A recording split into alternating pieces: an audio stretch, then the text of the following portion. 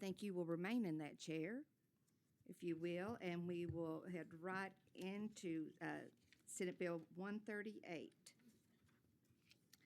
an act relating to student instruction. Representative Senator Wise, please proceed. Thank you, Madam Chair, members of the committee. Senate Bill 138 is also entitled the Teaching American Principles Act. And the purpose of this bill is to preserve the alignment of middle and high school standards with American principles of equality, freedom, and personal agency. I know we're limited on time, and this bill has been one that's been discussed thoroughly on the Senate Education Committee, the Senate floor, as well as Kentucky Tonight, as well as multiple interviews that have taken place with this bill. But this bill has also had changes that was made from the original bill, changes that were made to accommodate others and to accommodate educators, accommodate parents' needs, accommodate students, and to accommodate the Commonwealth of Kentucky. This bill basically deals with instructional alignment with standards. The instruction shall align with state social studies standards and be consistent with the historical American principles that I mentioned. This does not preclude instruction about controversial aspects of history or oppression of any ethnic group by another. The social studies standards we have in place are through 5th grade. That gets into documents such as the Mayflower Compact, the Bill of Rights, the Declaration of Independence. We do not have those same social studies standards in line for middle and high school. This simply brings those standards into alignment, so when we have educators talking about issues in the classroom, we were able to go directly to those standards for middle and high school. In this document, we also put forth core American documents to be used as primary sources. Those primary sources were chosen by looking at the 50 core American documents that were put forth by the Ashbrook Center. The Ashbrook Center is a think tank organization which is nonpartisan. I did not consult with the Ashbrook Center. They did not contact me, but they have some of the best core American documents that can be and have been used at all different levels of the educational systems. By choosing those 24 American documents and putting those into place, it allows educators to have sources to go to. Now, with that, there is nothing in the bill that tells an educator what you cannot teach. It does not discipline a teacher. It does not tell a student what you can and cannot say. It simply looks at the foundations of our country and allows educators to go back and use those documents. We are facing a civics crisis in not just the Commonwealth of Kentucky, but the United States. I do not blame teachers for that, but I look at things that get cut many times from our standards and many times get cut in education, and it is civics education. Less than 25% of U.S. students graduating high school can pass a U.S. civics or citizenship examination. This bill simply says, looking at those foundational documents, let's be able to have discussions, but go back to times in history, good and bad. There's good things in our U.S. history, but there's also some atrocities that took place. I don't think many people on here would say Plessy versus Ferguson as a court case was a good day for the United States of America. That court document is used as one of those sources. We could look at issues such as Marbury versus Madison. We can look at issues that relate to different things in our history. But this bill does not tell an educator, you must talk about this, you cannot talk about that. Those core American documents, once again, would extend those existing elementary standards to middle and high school. We have those standards in place. And it says right here specifically, Kentucky Academic Standards for Social Studies. On page 17, civic virtues and democratic principles.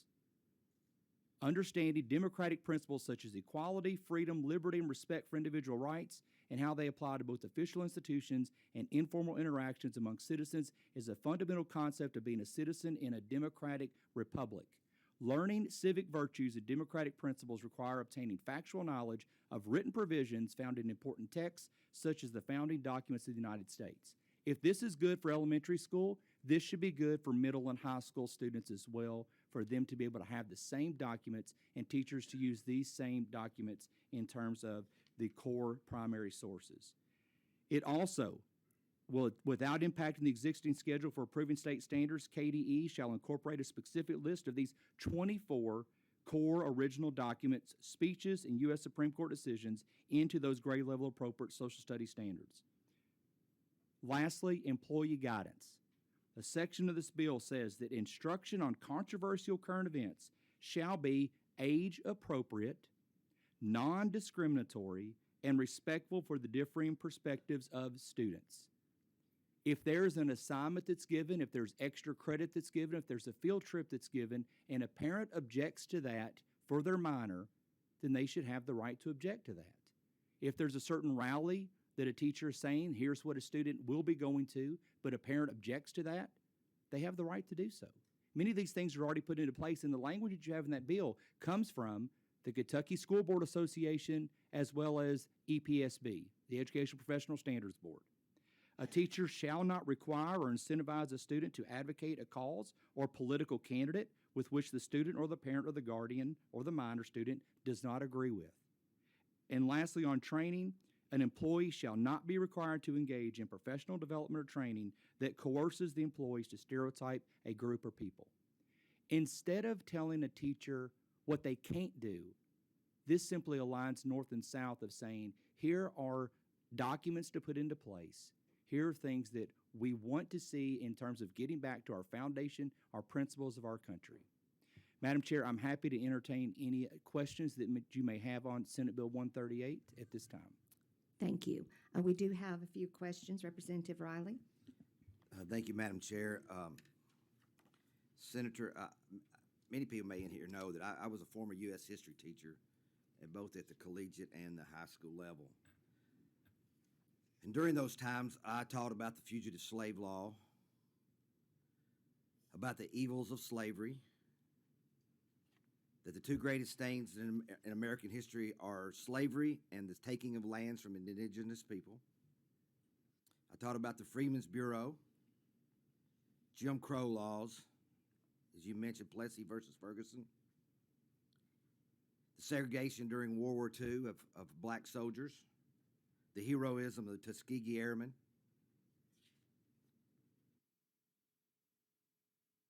the extremely sad and depressing event that involved Emmett Till, a young man from Chicago, who visited his family in Mississippi, and because he had the audacity to speak to a white woman, was killed and his body was maimed. His mom left his casket open because she wanted to see what they had done to him. I showed this to my classes in the Ken Burns series of the Civil Rights Movement. I taught about Brown versus Board of Education. Obviously, Martin Luther King was a big part of what we taught. I always show my students his I Have a Dream speech, which I think is the greatest speech in American history. I also taught about the letters from the Birmingham jail that Dr. King wrote to white Southern clergymen admonishing them for their lack of involvement in the Civil Rights Movement, and multiple other issues that are way too numerous to mention. I think you understand why I need to ask this question. Is there anything in this bill that would have precluded me, teachers today and teachers in the future, from teaching those events and similar events to that? Representative Riley, thank you for the question. I refer to page 2, line 4, section 2. Nothing in subsection 1 of this section shall be construed to restrict a public school or public charter school from providing instruction or using instructional materials that include what's listed there: the history of an ethnic group, discussion of controversial aspects of history, the instructional materials on the historical oppression of a particular group of people. There is nothing in that bill that would have had you not be able to teach those subject matters that you talked about. There is nothing for current teachers or future teachers that gets into that with this bill. Actually, with everything you mentioned there, many of those things are mentioned in here with those documents that you mentioned, some of those speeches, some of those court cases. This also doesn't tell a teacher this is what you're limited to you still in the classroom. If you want to go back and find other speeches, other documents, compare, that's great. We encourage that. We encourage that in the classroom. So with this is just saying here are 24 documents. We've got it at the elementary level. Let's expand it and to align it at middle school and high school. Thank you for the question. Thank you, Senator. Thank you, Madam Chair. Representative Bojanowski. Yes.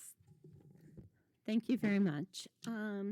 This bill lists 24 fundamental American documents and speeches. All but 5 of them came from the Ashbrook University book, 50 Core American Documents, which, not having paid attention very well in high school during history class, I referred to learn a little bit about some of the documents in the list. And I'd like to ask specifically about the inclusion of A Time for Choosing by Ronald Reagan, because as I read the introduction to the section in the Ashbrook book, the Reagan speech is matched with Lyndon Johnson's Great Society speech as, and I quote from the book, they presented 2 broad views of America's purpose and future that continue to shape and influence political debate today. Could you explain why the Reagan speech was included in this list of documents and the Johnson speech was not? There are also, Representative Bojanowski, thank you for the question. The Ashbrook Center also put out core documents on slavery and its consequences, many documents that I also included in from here. Religion and American History and Politics, 25 core American documents. There's another on gender issues and core documents. With that one specifically of looking at the Reagan speech, I think even the Reagan speech would be a timely discussion to have in a class today. Words that Ronald Reagan used in that speech when he was not yet a U.S. president, it was a speech on the campaign trail with Barry Goldwater. But with that speech, it said that there is no left and there's right. There's no left, there's no right. There's an up and there's a down. We also look at A Time for Choosing in terms of democratic principles, democracy. Look at the world events that are occurring right now. What better time also to be able to use that speech and to utilize that into middle and high school education. Somebody also may look at this and they say, well, gosh, there's been, Senator Wise, all kinds of great political speeches over the years. Yes, Reagan's speech goes to that one right there, probably one of the top 5 oratory speeches that possibly launched a political campaign for someone later in life. You could also take this and look at other political speeches, maybe in the last 20 years, the last 15 years, and compare how a speech such as that could launch somebody, how the impact of that could have also changed media at that time, what we live in the world today. I think there's a lot of things. So with that, and choosing the others, this is just what I came up with. It was in consultation of looking at, I probably could have had unlimited sources. That's not to say we can't go back and maybe revise and look at that also sometime, but this also doesn't tell a teacher that they can't use that same speech by Lyndon Johnson to compare it with Reagan, with that speech such as A Time for Choosing. If I may comment briefly? Very briefly. Very briefly. It's my understanding that Reagan's speech was in response to Johnson's speech. And in the Great Society speech, Johnson called for Americans to give every citizen the full equality which God enjoins and the law requires, whatever his belief, race, or color of the skin, and to join the battle to give every citizen an escape from the crushing weight of poverty. I guess I wonder, there's always a bias in selecting documents, and I wonder if core American principles do not include eliminating poverty and equity for all.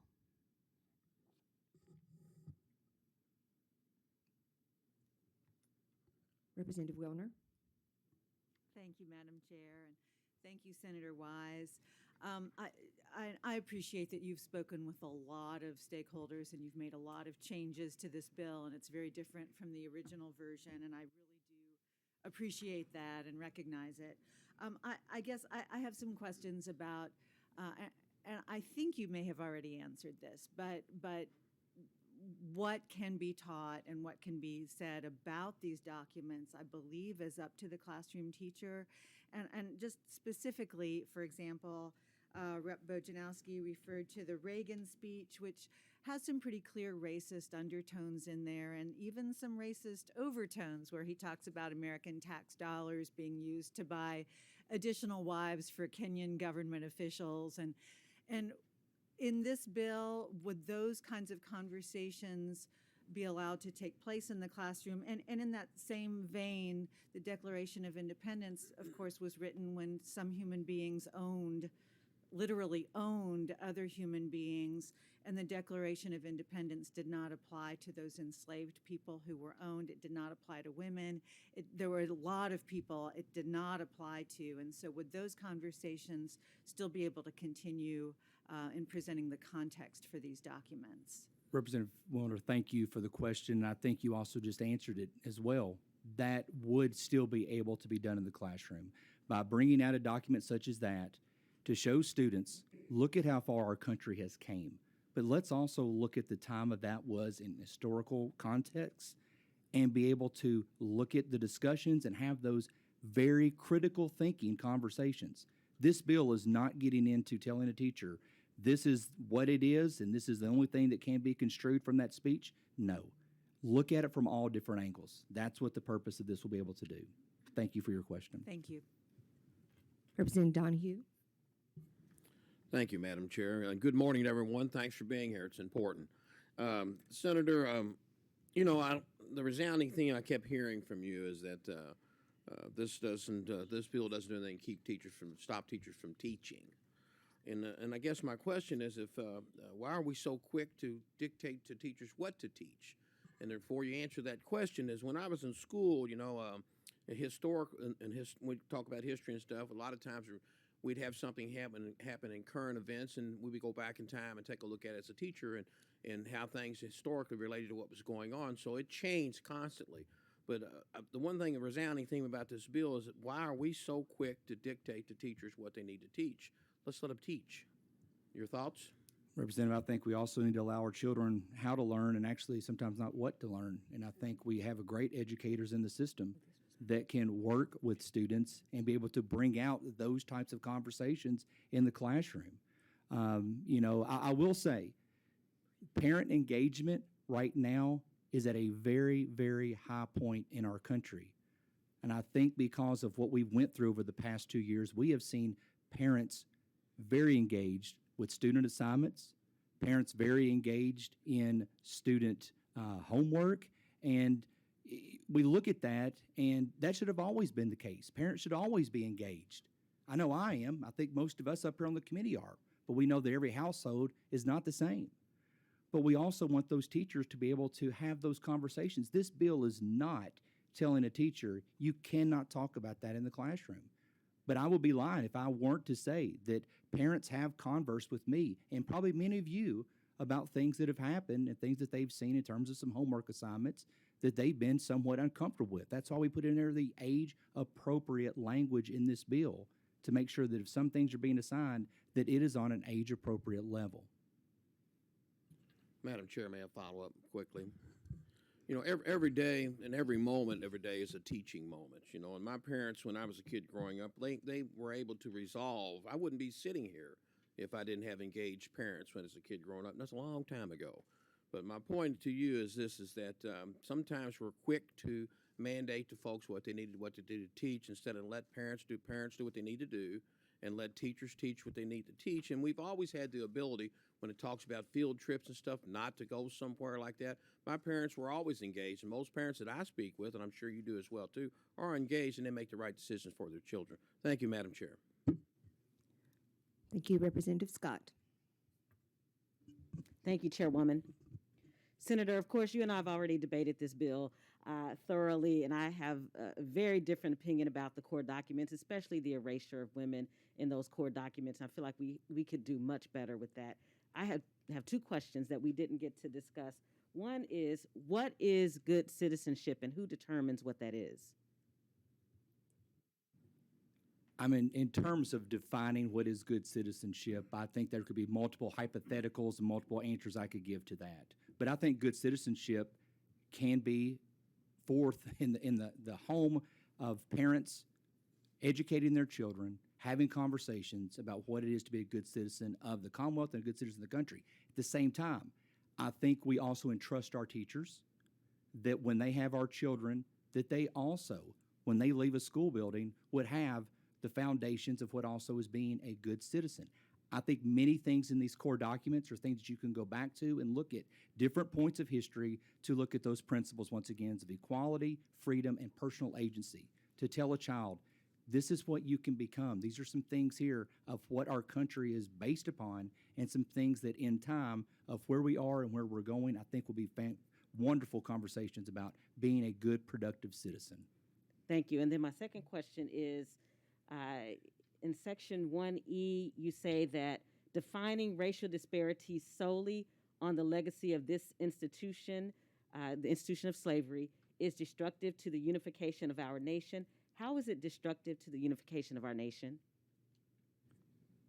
Representative, if you can, please direct me real quickly Sure. at the page and the section. Page 1, section 1, number 1E.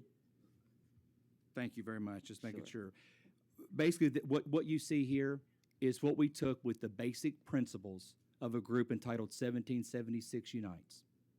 If many of you all came in terms of the education meeting we had at the interim, and you heard from Ian Rowe, of looking at these specific principles here of what we should value and what should be a guiding principles.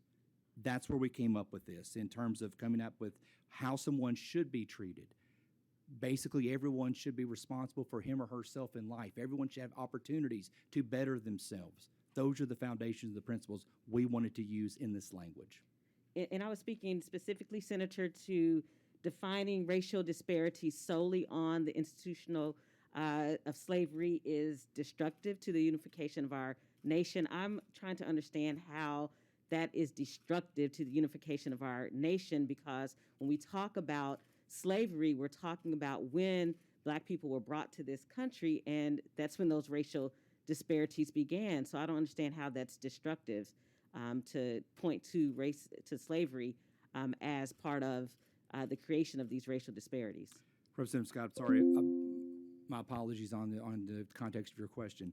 But also in terms of where we are as a country, yes, we need to go back and we need to look at events of that, such as slavery, as the dark times of our history, but also in the time we're living in, of also telling a child that you can't do well in life because of events that happened previously.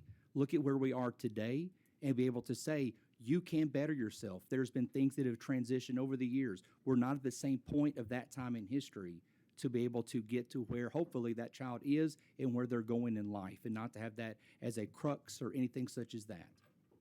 You said, but it says it's destructive to the unification of our nation. How is it destructive to the unification of our nation? Well, once again, if we're trying to become, and this is a bill as an attempt to unify all of us, but if we go back and we always say that everything is based off of this point in history, is that unifying us? That was a bad point. So we want to make sure that where we are today, we don't just always tell a student, you can't achieve in life because of a certain point in American history. That's the destruction. We don't want that in terms of, I don't want that as the United States. I want to learn from that. I want to teach my children also about a point in history. And I want, hopefully, our educators to be doing the same thing. I just want you to know, Senator, Section E actually Representative isn't saying. Scott, please go through the chair. Oh, oh, okay. Do you have another question? I didn't. I was just going to say it doesn't sound like what you're saying is reflected in this section. It sounds slightly different. That's all that I was saying. It just sounds different. Thank you.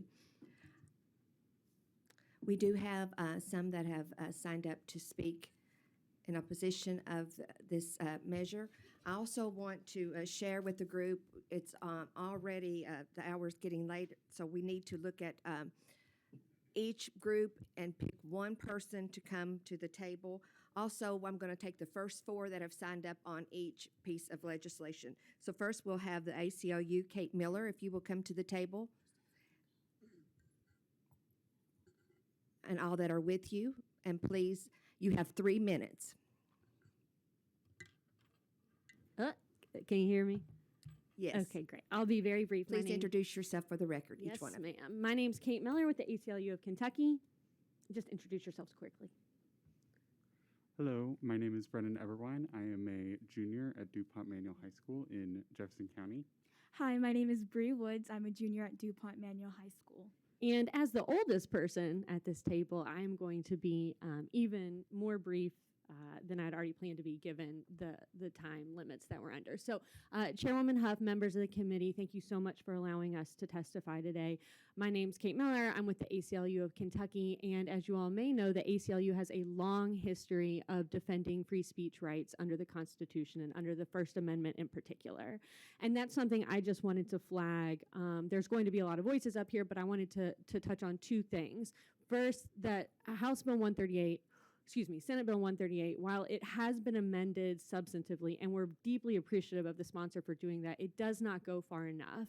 And Senate Bill 138 first serves as a way to censor speech. It is a government censorship bill. There's a long history of these types of bills, and we should remember that First Amendment rights do not stop for teachers or students at the schoolhouse gate. So what I want to first focus on is that even if the language says, well, this is not intended to restrict the speech of students and teachers, there's additional language, as Representative Scott already pointed out, that we think will absolutely chill integral discussions in the classroom. So first, I want to speak to you as a First Amendment advocate and state that opposition. Secondly, and very briefly, I want to speak to you as a, for the most part, fellow white person. I think every member of this committee, aside from Representative Scott, identifies as white. And as a white person who often gets discussions on race wrong, right?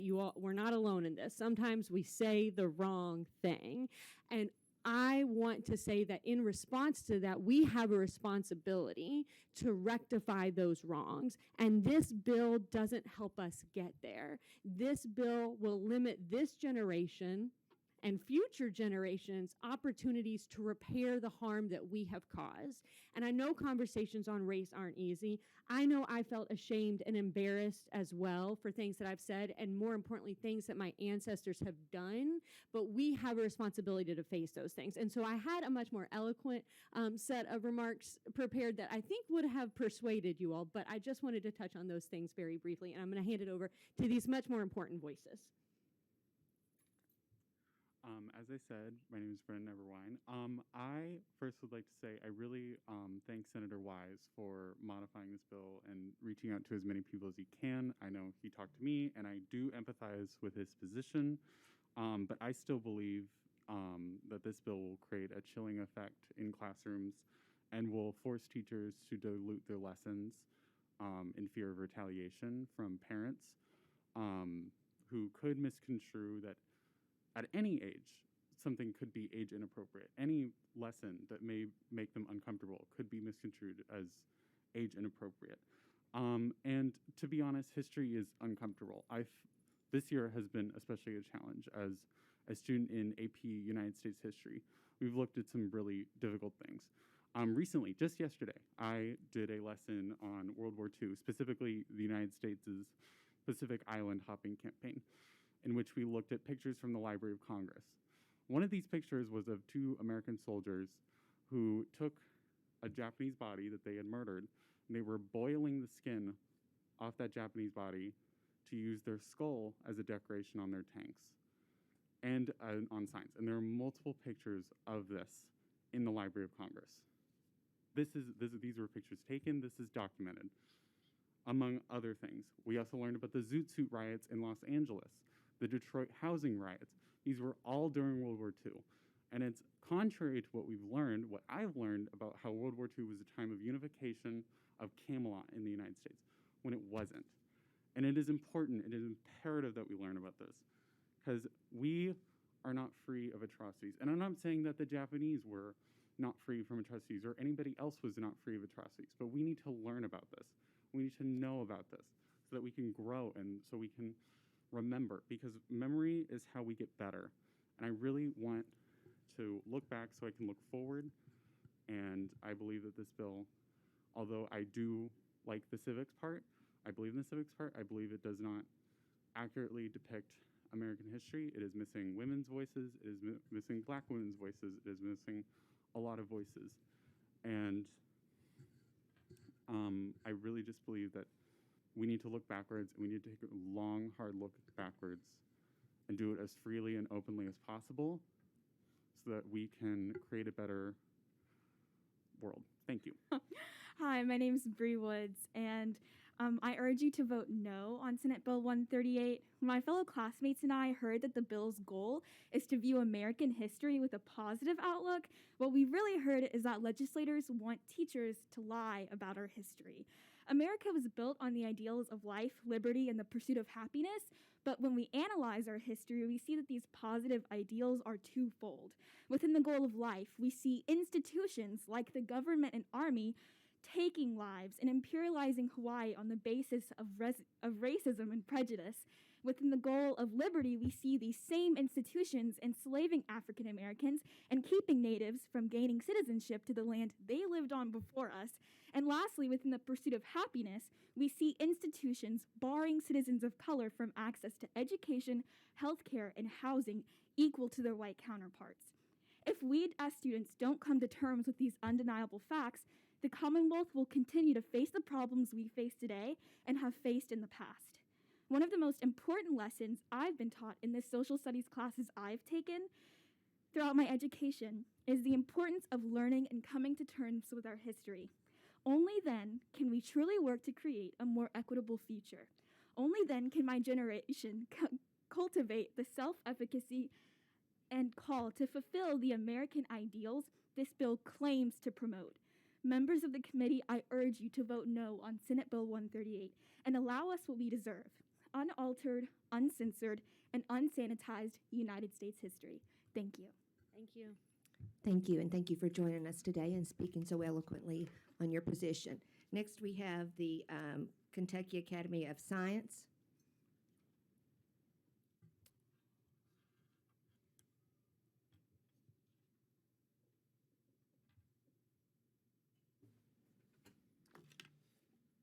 Good morning. Rob Weber with the Kentucky Academy of Science. I serve as the Communications and Policy Director, and I appreciate the opportunity to speak. I'm here today on behalf of the Academy's Education and Advocacy Committee. The committee members have concerns that Senate Bill 138, their concerns arise from their appreciation for academic freedom and for the process that we have in Kentucky to develop academic standards. There is concern about the top-down approach to setting academic standards found in Senate Bill 138, and about the fact that these changes would take place outside the normal standards review process. This is not a new issue for our group. 100 years ago, the Kentucky Academy of Science members opposed a proposal in the General Assembly to prohibit the teaching of evolution in schools. So the top-down approach was seen as a slippery slope then, as it is now. Now, I understand changes have been made to Senate Bill 138 since it was originally introduced. The wording in the portion of the bill that listed the 24 speeches and documents to be taught in schools was changed so that instead of saying the items would become part of school curriculum, that they would instead become part of the state's academic standards. But even with this change, it's still apparent that local decision-making that we value when it comes to determining what's taught in classrooms would be minimized. At their best, academic standards outline the concepts we want students to learn so that decisions can then be made locally where people best know their students, their schools, and their issues on how they will achieve those. Kentucky has an academic standards review process that fosters analysis, deliberation, and input from educators, experts, and citizens, and that, we believe, is the most appropriate forum for considering changes to the academic standards to which schools must align their curriculums. Thank you. Thank you. Next, we'll have Donnie Wilkerson.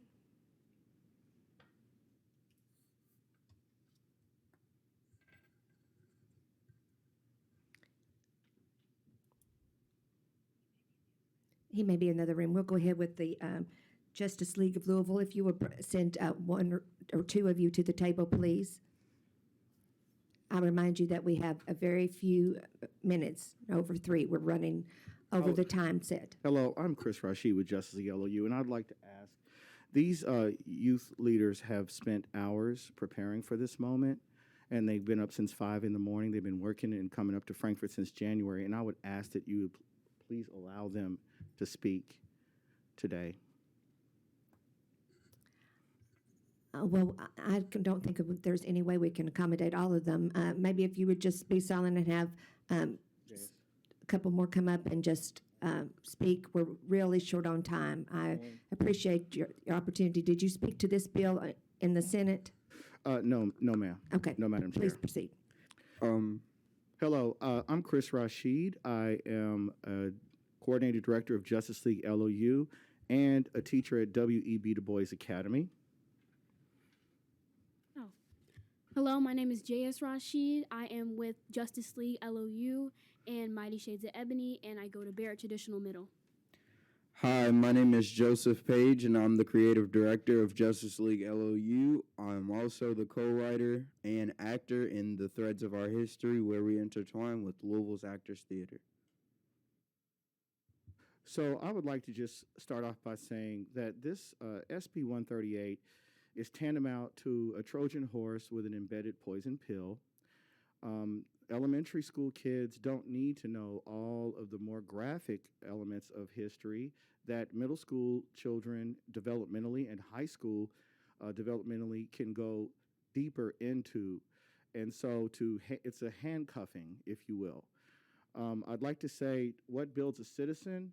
Well, at Bloom's taxonomy, the lowest level of learning is knowledge. And I believe the senator or the gentleman proposing this bill said he wanted to teach students how to learn. That is not the way to teach. The highest level of Bloom's taxonomy is creativity. Children need to explore education and to experience education, and they determine how they learn. So with that, I'm going to go ahead and pass it on to these edutainers. J.S.? I'm going to give you an example. So I was in class, and I had an incident with these students, and they were talking about how they were mocking do-rags, and they were saying my hair was dreaded up. So we had a peer remediation, and I explained to them that what they said was racist, and it went against the Crown Act. And I was them, and they were understandable, and I was saying that I was explaining about cultural appropriation and I was giving them knowledge, but then I was ganged up on by some of the peer remediators in the room. They were talking to me, they were explaining what they were, and peer remediation, they're not supposed to give their opinion. We need to be learning about cultural appropriation. We need to be learning about slavery, so we cannot repeat the past. We are doomed to repeat the past if we do not learn it. Like I said, I'm Joseph Page, creator director of Justice League LOU, and I'm here today to speak out against Senate Bill 138. SB 138 is targeting our First Amendment right, which is the law that prohibits any law limiting freedom with respect to a religion, expression, peaceful assembly, or the right of citizens to petition the government. By threatening student advocacy groups and attacking the LGBTQ communities, by this bill being made, this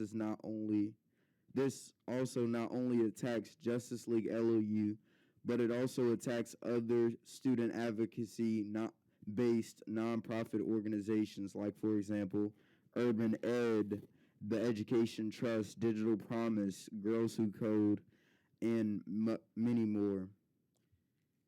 I want to learn where injustice first began so that I can break the cycle of injustice that has been destroying and affecting me and all of those who are around me. Like this bill. Okay, and my name is Orrin Hatchett, and I am also an edutainer representing Justice League LOU, and I would like to talk to you and oppose SB 138. And I can just say from the student's perspective, like I know we have all these representatives and coming and speaking for us, but from a student's perspective, I'd like to say that student advocacy is necessary because in these classrooms, we know that teachers have always had, the freedom to talk about these more gruesome topics like Emmett Till, Plessy v. Ferguson, but we also know that they've also had the freedom to talk about these nicer topics like what the Civil War was really fought about. But student advocacy is necessary because previously Justice League LOU came here for a committee, and we were in the rotunda, and we were speaking out against HB 14 and 18. And those were also two other bills that would limit us to what we would learn in the classroom. And I feel like this SB 138 is an extension of those because student advocacy, basically, this bill would just, it does not necessarily ban teachers, but it discourages them and it tells them, you know, it leads them towards what they can teach in class. And my teacher over there, Mr. Rashid, Chris Rashid, in class, he teaches us about a book called A Paragon, where we learn about more gruesome topics in his class. And we learn about Plessy v. Ferguson, we learn about redlining, and we learn about systematic racism. But SB 138 doesn't necessarily ban him from talking about these things, but it makes teachers like that feel threatened, and it makes them feel like they have to lean towards teaching these nicer topics because of who it will make uncomfortable. But in a sense, being uncomfortable with the knowledge you learn is better than going oblivious and having bliss ignorance. I'm speaking from my bad. My name is D'Artagnan Hill. I'm in 7th grade at W.E.B. Du Bois Academy. I'm with Justice League LOU and Mighty Shades of Ebony. I'm speaking from personal experience. Having Mr. Rashid's class and having somebody who can teach me about my culture and what actually happened rather than just, oh, you came from slavery and you were just picking cotton all the time. Rather than learning about true civilizations like the Kingdom of Kush and other great civilizations. Not being able to learn about that would give students, it would make students feel, for me, it would make me feel more uncomfortable because we're not learning about where people like me came from. And we need to revise this, and I urge you guys to vote no. I'm learning about the Industrial Revolution right now. Although that is very important, I should be learning about more stuff. I should be learning about my culture. I should be learning about details. I need to be learning about going into details about slavery. So many of my peers and students don't feel like we're learning stuff that we need to be learning. We need to be learning more. That's what I'm trying to say. Thank you very much for joining us today and giving your presentation. We appreciate it. Thank you. Did Donnie Wilkerson? Oh, okay, great. You have about 3 minutes. Thank you.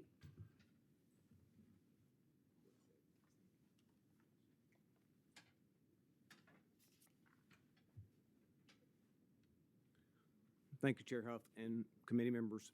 Thanks for the opportunity to speak. My name is Donnie Wilkerson. I'm a teacher down in Jamestown, Kentucky. A vote for this bill is a vote against the very American principles it purports to endorse. A vote for this bill is a vote for systemic racism, the very concept its proponents pretend does not exist. A vote for this bill sends a chilling message to educators across this great Commonwealth. That message, be careful what you say. The thought police are watching. Yes, the original horrible bill was improved by the committee substitute. Thank you for that, Senator Wise. Now it's just a very bad bill. And like the unnecessary transphobic bills emerging from this session, is legislation in search of a problem.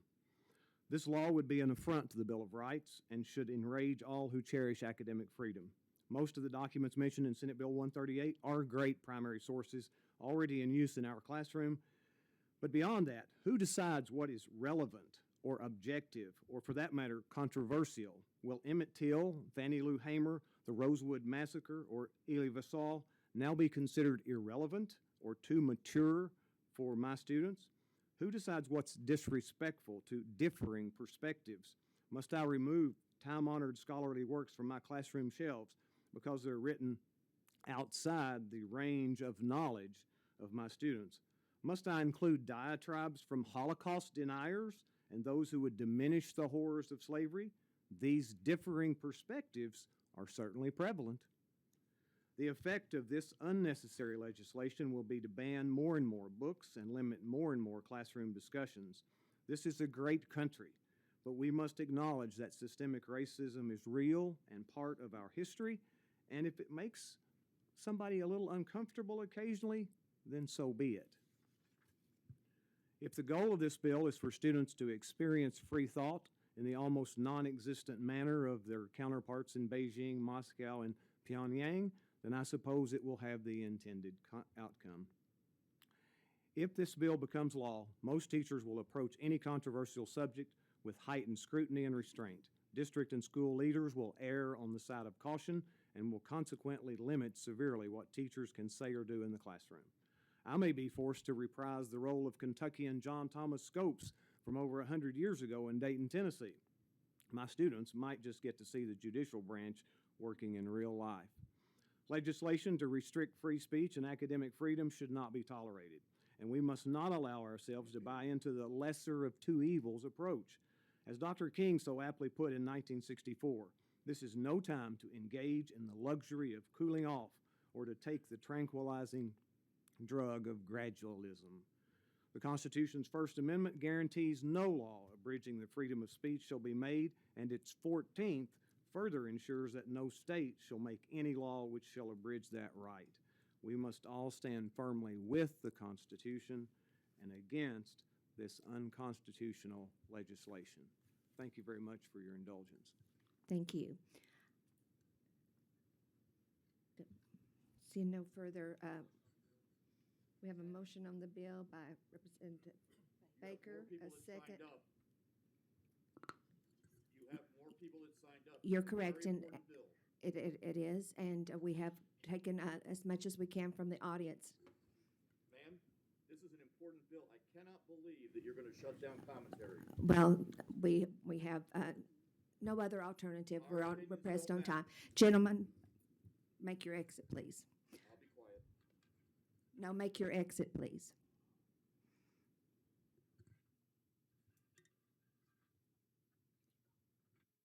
Mariah, please call the roll. Representative Baker, Yes. Representative Banta, Yes. Representative Bojanowski, No.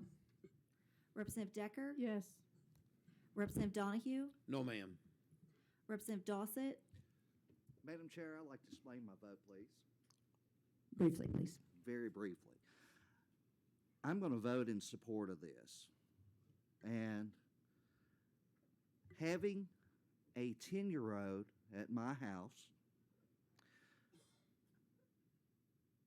who has probably been blessed, I know she's been blessed because she has accompanied me here many times, things that I have taught her about many of these, the Constitution, the Declaration of Independence, things that I have brought into her mind on this, to let her know that equality does exist in this nation. Maybe in some instances we could do better, but that we have learned from our past, that she has a chance of a very good life, and also to let her know that even though she has a minority ancestry in her blood, being Asian American, she also is fortunate to have a great-grandmother who is Japanese and come to this country and tells us numerous times at 93 years old how much she loves this country, how much she appreciates being here. And I think if each of us would go and talk to those who have immigrated, they would tell us that they would rather be living here in the United States rather than living in the countries where they came here from. Thank you. And I am a yes. Representative Hart, Yes. Representative Lewis, Yes. Representative Massey, Yes. Representative McCool, Yes. Representative McCoy, Yes. Representative Miller, Representative Gibbons Prunty, Yes. Representative Rayburn, Representative Riley, Representative Scott, Chairwoman, I'd like to explain my vote briefly. Yes. Thank you. I'm voting no. I can't abide by this bill, the erasure in it, the unnecessary attempt at classroom censorship. We were moving along in a direction in the conversation that made it clear to me that the bill sponsor really is not interested in hearing from those of us who are different from the sponsor. And I just can't vote for something that takes away the voice of so many people that I represent back home in District 41, so I'm a no. Representative Cmtee. Explain my vote. Proceed. Thank you, Chairwoman. I'm a no today, but this bill, whenever this topic was broached during the interim, this bill is a whole lot better than anything we've seen so far. My concern comes down to the fact that we have a process for determining our instructional standards, and I don't think that we should abandon that process when topics come along. I do think that the bill is well thought out, and as a former social studies teacher, I use this session today as almost an informal professional development. If I was going to create curriculum, what would that look like? Because I taught social studies and I taught civics.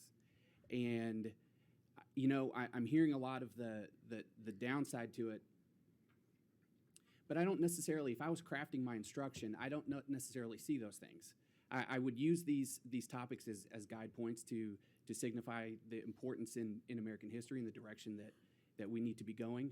But I would also include things like, you know, the FDR speech is included in there. And I think it's important that FDR introduced Executive Order 9066, which dealt with Japanese internment. And that was one of the most unspoken about catastrophes, in my opinion, during World War II. And as I taught that to my students, that would always inherently bring about questions about, well, if that happened on the West Coast, why didn't it happen on the East Coast? So we were able to talk about different things that kind of came out of that. So I don't necessarily see this bill as limiting as a lot of people are saying today, but I do believe that we need to stick to our process when we're choosing curriculum. I think that this is definitely better than the alternatives, but with that being said, I am a no today. Representative Tipton. Yes. Representative Weber. Yes. Representative Wilner. Briefly explain my vote. Briefly, please. Thank you. I have quite a lot to say, but I am going to limit to just a very brief comment. I am a no today, and I want to thank the students, especially who spoke today. You are a testimony to the quality of education you're getting in your public schools. You're a credit to your teachers. You're a credit to this Commonwealth. And student advocacy is absolutely necessary. We need to hear from you. And I'm very grateful for your courage and your scholarship in coming here today and speaking up. And I also want to just echo what you said. Some of you said that learning is an inherently uncomfortable enterprise. And if we are comfortable, we're not doing our jobs as students, as teachers, or as human beings. Thank you. I am a no today. Chair Huff. Yes.